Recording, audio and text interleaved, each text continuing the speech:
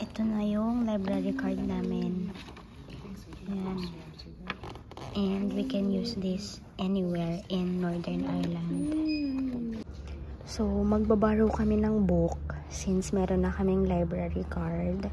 Si JK meron siyang binaro. Can you show ano yung binaro mo? Robot.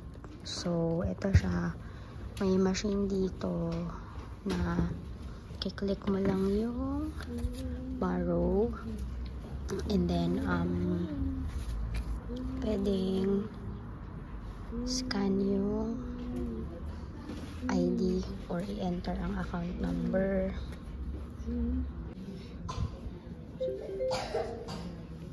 Ayan. And then, you have to place yung hihiramin mo dito. Ayan na siya. And then, finished. Then, we can print the receipt for that. Ayan na. May receipt na kami for the books. So, we borrowed 2 books. Ayan. Ayan. Enjoy si JK sa library.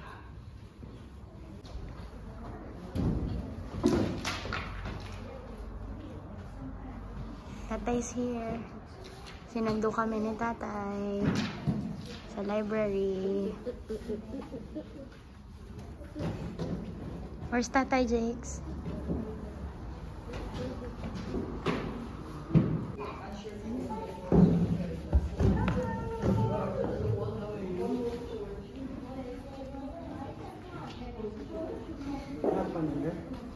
What are you doing here? Hi, Nanay. Hi, nagborrow na kami ng books. Wow. May library card na rin kami. Library card already? Yes, I have a library card. Wow. What's good mga ka-KB? Yan, and welcome back to my channel. Yan, kamusta kayo? And I hope na okay naman kayo dyan mga ka-KB, no? And for today's vlog mga ka-KB, no? May makakausap tayo na dependent dito sa UK, no, dahil nga may mga nagtatanong sa atin kung kamusta naman ba yung buhay ng mga dependents dito sa UK, no, dahil napakarami na ng mga nakapagkuha ng pamilya, and kamusta naman ang buhay nila rito, no, may anong mga trabaho ang ginagawa nila, paano sila nakapag-adjust, no. And ngayon meron tayong special guest mga lady. Ayan, napaka-importante itong ano na to, guest natin na to dahil sobrang busy niya. And napaunlakan niya tayo mga ka-baby. Ayan, pakilala ko sa inyo mga ka-baby ang ating guest sa ating vlog na to. Wow. Napaunlakan, kala mo naman talaga. Ayan, Pero totoo yan mga ka-baby. For a busy, as a busy mom. Yeah. So, mag-interview sana ako ng mga dependent dito, no, yung mga kasamahan yung mga wife or family ng kasamahan ko. Kasi syempre busy nga talaga sila. So, eto na lang. wala na siyang choice. So ako actually pinilit ko rin siya mga kakaibi na ako na lang i-guess mo. Kaya nga, ikaw na lang para ano. Para daw walang bayad. Time flies talaga. Parang kailan lang. Yeah, parang kailan lang. Dumating kami sa Cookstown. And then, look, nakaisang taon na pala kami. And a lot has happened sa buong taon. Ayan, super, kamusta naman yung yung buhay dito sa UK? Masaya ka ba? Okay naman. Masaya. Kasi syempre magkakasama tayo as a family. Pero nandun din yung challenge or minsan lungkot kasi syempre ang layo mo rin sa mga ibang kapamilya mo, mga nasa Pinas. Yung challenge is yung dynamics niya talaga as a family. Lalo na kung parehong nag-work, yung time management nyo, Oo, yung hirap, housework. No? Dito kasi hindi uso yung dito mga ka-AB. Hindi uso yung dito yung helper. Oo, yung kasambahay or So bawal kang tamarin, bawal ka na parang alam mo yun, hindi pwedeng wala ka sa mood, mga ganun. Minsan naman wala din sa mood, pero kahit wala ka sa mood, kailangan mong gumalaw. Wala sa mood kahit tinatamad ka na. Sa yung weather dito, nakaka-affect din ang mood. Yes, isa pa yun. Laging malamig. Masarap magyakapan. Kamusta yung paghahanap mo ng ano, yung before, di ba, pagdating mo? Pagdating ko Ano kasi, yung, di ba, pagdating mo, syempre, nagsettle muna. settle ka muna. Tapos, yung trabaho kasi dito, ano eh, di ba? Hindi ka Medyo pwedeng ano eh. limited. Hindi ka pwedeng kung anong gusto mong trabaho, kagaya Yes. nasa Pilipinas ka, makakapili ka. Dito naman, may option ka, di ba? Pero, Yes, yung option mo, maliit lang. yeah. So, for a time, after namin dumating dito, nakabalik pa ako sa previous work ko for a few months. Ay, work from home. Yes, yung work from home ko, nadala ko siya dito. And mabait kasi yung boss ko, so nag-agree siya na kahit nandito ako sa UK, nakapag-work ako sa kanya for short time na lang, and then eventually nag-resign na din ako. Tapos, yung una kong naging work is as care assistant. Yung carer, mga ka-KB. Sa care home. Sa care home, yan. Sa mga nursing home. So, kamusta yung adjustment mo nung nagtrabaho ka naman sa care home? Umiyak ako. Ilang linggo ang umiiyak? Ilang linggo ako umiiyak, no, na parang sabi ko, ayoko na. Ayaw niya na. Parang hindi ko na kaya talaga, mga ka-KB, kasi parang na-overwhelm ako, tapos nagkasakit ako, di ba? Nagka-COVID ako, mga ganon. So parang... Pero ba't ka naiyak? Siguro yung pagod, kasi physically demanding din siya. Tapos parang, syempre Dapat ako sa butchery. Hindi naman ako umiyak, pero nakakaiyak talaga din. Hindi, nakakaiyak din. Kasi syempre 3 years ako naka-work from home. Very, yung work ko sa, yung parang comfort mo kasi yung bahay, di ba? Tapos parang, tama. bigla akong nasabak sa something na hindi ko pa talaga na-experience before. Alam mo yon. Tapos 12 hours. Duty, Gusto mo 12 yun? hours. 12 hours ka na nandun sa home. So, Anong ano mo? Ano naman naging... May patalas-tas eh. Ano naman yung ano, yung parang naging motivation mo para ma-endure mo yung ano, pagtatrabaho mo sa care home? ikaw nag-motivate sa akin. Ako nag-motivate sa kanya eh. Sabi ko, kung ayaw mo na dyan, uwi ka na lang. Pinauwi na pala ako. Joke lang. Pero, yes, honestly, talaga, mahirap talaga eh, no? mahirap talaga, pero kailangan mo talagang ilaban. Alam mo yun, you have to be mentally strong, na parang kailangan mo isipin yung mga bills. Yeah, yung motivation mo is syempre for the family, tsaka syempre yung career advancement ko rin para yung future career ko sa nursing. Anong mga requirements? Kasi baka yung mga pupunta ng mga dependent dito, baka gusto din nilang mag-work sa care home. Yes, actually, alam ba niyo mga requirements? ka-KB, kasi dito sa Cookstown, dito sa Northern Ireland, medyo short staff talaga yung mga home. So, kahit wala kang experience as a carer, kahit hindi ka rin nag-training sa Pilipinas as a caregiver, Basta nandito ka na, basta pwede ka nandito ka mag-apply. na, you have the right to work, legally right to work here, pwede kang matanggap. Kasi ititrain ka naman doon, tuturuan ka rin how to take care of the elderly. Saka may mga trainings talaga silang pinaprovide, mga first aid, mga fire safety, food safety, mga gana, mga dementia training. So, adapt kayo sa sistema ng home. So, ang ginagawa namin, ang work niya sa care home is every weekend.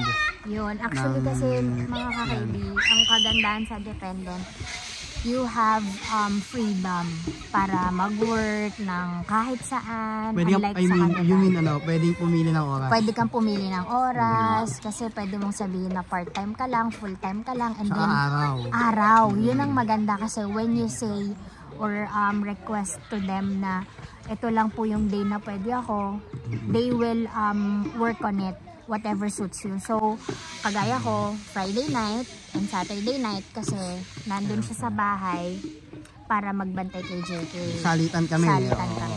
Pag uwi ko, galing work, aalis naman siya. Papunta sa kanyang second job. Ayan, yung second job mo, kamusta naman yan? Ang second job ko ngayon, mga ka-KB, is nasa McDonald's ako. Ayan. McDonald's. baka naman. Yan. McDonald's. Yan. So, marami ring mga Pinay doon. Yeah. Nakasama tayo mga ka-KB. And, it's a fun, fun environment. Tsaka to bagong work. environment. Tsaka bago kasi siya eh. So, iba yung work environment ko pag nasa home. Iba yung work environment ko pag nasa McDonald's. Which is, I think, in my opinion, na parang somehow healthy. Kasi hindi ako masyadong makababad sa home for how many nights. Pareho naman siyang nakakapagod din. Pareho nakakapagod. Pero yung bang dynamics ng work mo, syempre magkaibang environment talaga, magkaibang industry. So, saka sa McDonald's mga ka-KB, may free meal. May free meal kami doon. Ay, sila lang pala. Yeah, pag break. And then yung iba kong free meal is inuuwi ko sa kanila. Yeah, Kasi yun yung syempre, perks nila. Yun yung perks mo din working sa McDonald's. And yung ano pa, di ba, nagkaroon ka rin ng isa pang trabaho. Ayun. So, dito kasi mga ka-KB, kapag Pasko, meron sila mga tinatawag na seasonal, temporary, part-time. So, nag-work ako sa Poundland nung November hanggang December. Yeah, yung Poundland, ano yan? Kung Para sa siyang Pilipinas, parang ano yan? Daiso. Or Parang ano, mix ng 7-Eleven. Malit na grocery. Yes, Malit na grocery. Oo. And it's fun kasi dun din is a different environment. Alam mo yung parang naglalaro ka na naglalagay ka ng mga nagre-refill ka ng mga stocks. Tapos nag-work ka sa nagkakahera, ganon. oh. Nagtitil ka. So, and then you get to meet a lot of people. Siyempre, lahat ng mga customer, may interaction. Yes, may interaction ka, which is so nice. May accent ka na ba? Wala akong accent. Kasi siyempre kausap mo na mga bumibili, mga Yeah, at some point, matututunan mo rin eh. Tsaka yung language nila, talagang may mga ibang terms sila eh, di ba? may ibang term. Na Kagaya nung cashier, till. Till, hindi siya cashier sa atin. Till ang tawag nila. Till, oo. So, yung mga ganun mga... So yun Han, ano na lang, ano ba yung advice na pwede mong ibigay dun sa mga dependent na pupunta dito sa UK at saka yung mga dadating lang dito na. Siyempre, ano ba yung anong klaseng buhay ba yung generally i-expect nila dito? I think siguro, depende kung nasan sila sa UK. Kasi syempre, nandito tayo sa Northern Ireland. Iba rin dito, iba sa England, di ba? Iba yung pag nasa city ka. Iba pag nasa city ka, mga pero most likely kasi pagka mga butcher, napupunta yan sa bihira ang city, yung mga county ganito. So, ano bang i-expectin nila? Dito ay tahimik mga ka-KB, and you have to really dig in dun sa town nyo para ma-feel mo din talaga na parang ka na, you belong dun sa lugar. Mag-adjust ka sa Mag-a-adjust environment ka talaga sa environment. Tapos, never give up mga ka-KB na maghanap ng work. Yung determination niya talaga na makahanap ng work. Kasi hindi rin siya naging madali for me. Tama. May kasi, mga din. May meron ka din mga in-apply na mga na-turn down ka, di ba? Sobrang dami. Hindi porket nag-apply ka, tapos hindi porket parang marami din silang kailangan tao na-hire. Yes. No? May time din na ilang mga in-apply mo na turn down ka rin, diba? Siguro 2 buwan din ako na parang talagang really looking for work. Ayun, kailangan yung maging patient mga kakibi sa pag-a-apply rin sa work. Try lang ng try. For sure, merong nakalaan para sa inyo. And syempre, samahan nyo ng prayer, yung pag-a-apply nyo. Tapos, of course, do your best. Galingan nyo pa rin para makita nila na syempre mga Pilipino minsan talaga kung yung mga nandun na sa work na yung sa McDonald's, shoutout natin yung mga nauna diyan, sila sila Elaine, sila Joanne. So ang ganda nung pinakita din nila na attitude at saka yung work ethics nila. Work ethic ang ganda. Kaya pag may mga nag-a-apply ng mga sumusunod na mga Pilipina, nagustuhan na nila yung mga Pinoy. Kaya ayan, tama yun, pakita nyo lang yung yung work ethic ng Pilipino. Tsaka mga ka-KB, may advantage pa rin kasi talaga tayong mga Pinoy in terms of language. Tama, diba? Nakapagsalita ng English at saka nakakaintindi. Malaking factor sa kanila yung mga ka-KB na tayo, may English competency ba? Yung competent tayo makapag-English. Dapat naman mahal na IELTS eh. Hindi ka ma-dependent pala, hindi kailangan ng IELTS. Walang IELTS naman kami. Tsaka din mga ka-KB, hanggat maaari kung kaya nyo is wag mo nang maging mapili, no? Sa trabaho na a-applyan for now. Basta kaya nyong gawin, kaya nyong panindigan, tapos available, no? Yes, suitable sa schedule nyo, kung anong mag-work sa family nyo. Yun yung kailangan nyo i-consider, pati yung childcare, mga school runs, di ba? Kasi ang mga dependent, ang mga mommies talaga or daddies talagang hatid sundo ang mga bata. So you have to work on it, kung ano yung schedule na mag-work sa family nyo. And yun lang mga kaibig, tsaga lang, bawal magkasakit, no? You really have to be healthy. Stay healthy talaga dito. Tsaka tulungan kami talaga, hindi kami nagsasabi ng ano yung trabaho. Kumbaga, kung sino yung available, magsusundo minsan kay JK, hindi niya masundo, tapos ako, pwede namang ako yung sumundo. Ayun, tapos yung mga grocery runs, ganyan, diba? Even the housework. Even the housework, Kailangan magtulungan ng mag-asawa talaga mga kaibigan. Ganun yung reality dito.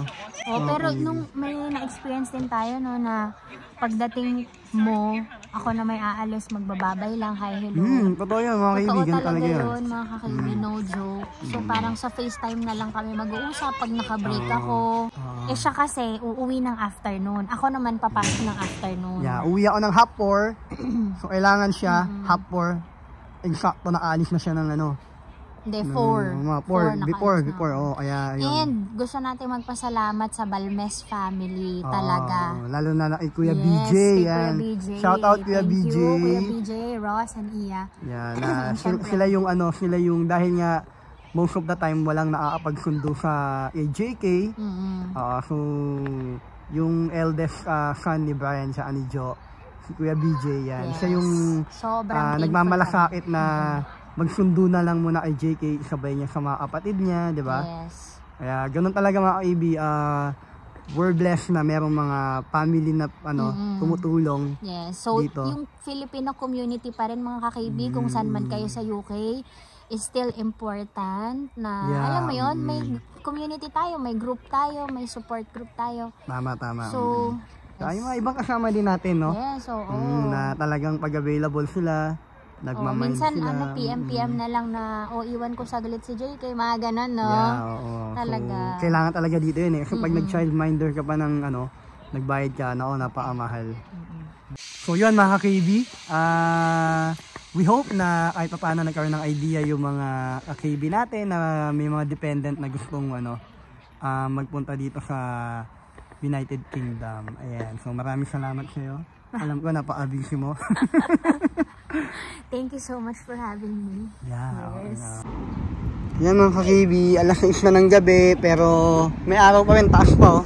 Gloomy lang yung weather pero yan yung araw. Ang si nanay. Hi! Yan mga ka-KB, simple lang yung kaligayahan ni JK. Sunday ngayon, nagyaya lang siya na magpunta ng playground. Ayan, kaya dinala namin siya dito. And mag-grocery na rin kami, malapit lang kasi dito yung Asda. Kaya sabay na natin. Ayan, simple lang buhay dito sa UK, ganyan lang. Wala naman kasi mga mall dito no, na pwedeng puntahan. Yes, puro charity shops na lang. Meron din may mga boutique din dito. May boutique yan. Na mga branded items. Pero yung mga mall, ganyan, wala, malayo. Kaya pagka magbabanding, park, playground, ano pa ba puntahan dito? Kainan. Mga maliit na, mga dine-in.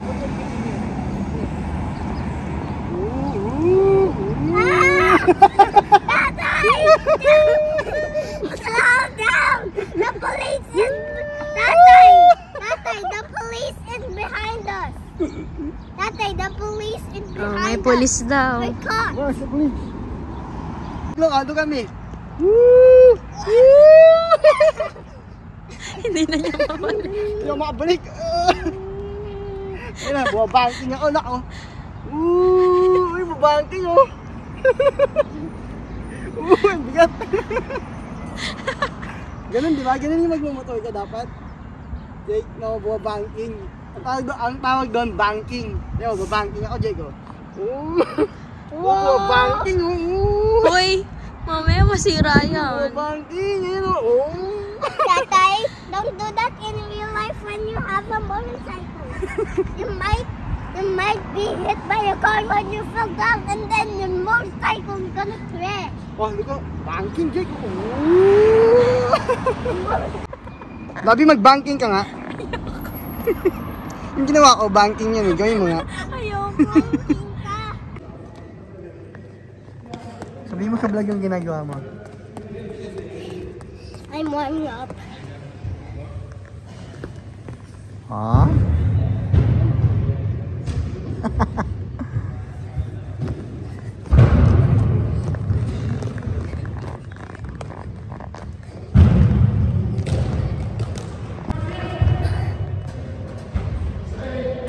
Nagkaalis panic ka pa.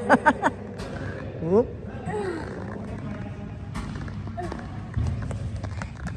Okay, back to jogging. Mr. Number 4, 5.